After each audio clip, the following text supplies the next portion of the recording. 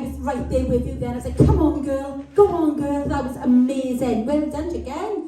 Right then, Zoe. I felt like I was on like the West End and I loved that. It was a really strong performance. The visual was amazing, like you looked the part and like the way you performed it. It was so enjoyable to watch. And you powered through that. I could see it started getting difficult towards the end in there, but you powered through, girl, you smashed that. It was amazing, well done. Be proud of yourself. Thanks, Zoe. Kelly?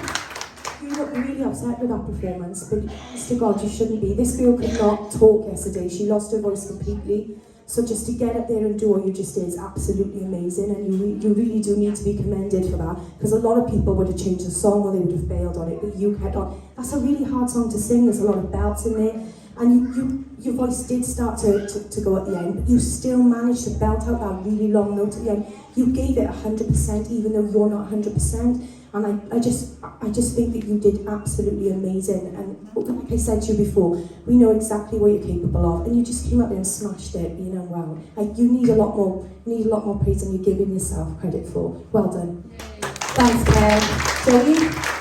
Yeah, Rhiannon, I could hear where your voice wasn't 100%, and like I said, it's concerning for me, because this has been like a reoccurring thing now throughout, from the auditions up. There's been a few times where you've had this sore throat problem, and it's worrying for me because something's not right for you to be, and it is. That's what I'm picking up, because for me, I think it is the song choices too. I think maybe slightly they're a little bit too high for you, maybe, in some of the songs. And I think where you're putting a lot of pressure on yourself at the moment, singing these big songs, and your voice can't reach them, your voice is being pressured by it, so you're adding that own pressure to it. Don't get me wrong, it takes nothing away from you as a singer. You've heard the compliments I've given you over the last couple of weeks, so don't be hard on yourself. I think you're doing a fantastic job. But I think you just need to be very alert with when you're picking these songs. Don't be frightened of slightly changing the picture slightly to benefit you. It doesn't mean it makes you a weaker singer. It just means it's more suited to you. Like I've always said to people, it's not about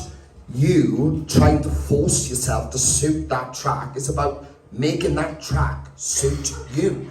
You do whatever you've got to do to that track to make it suit you and make you stand out. If you've got to play with the pitch, if you want to put a beat in it, if you want to add some trance in it, whatever you want to do to it to make it yours, not you try and do that. Do you get what I mean? So don't be frightened to do that with your songs. If you look for one and go, oh, slightly lower or slightly higher even, don't be frightened to do that. I think that's something you know, you're young at the moment, you're 17, and you can sing like that. You've got an amazing range, honestly. It's really impressive. Love the dress tonight, by the way. You look absolutely incredible, honestly.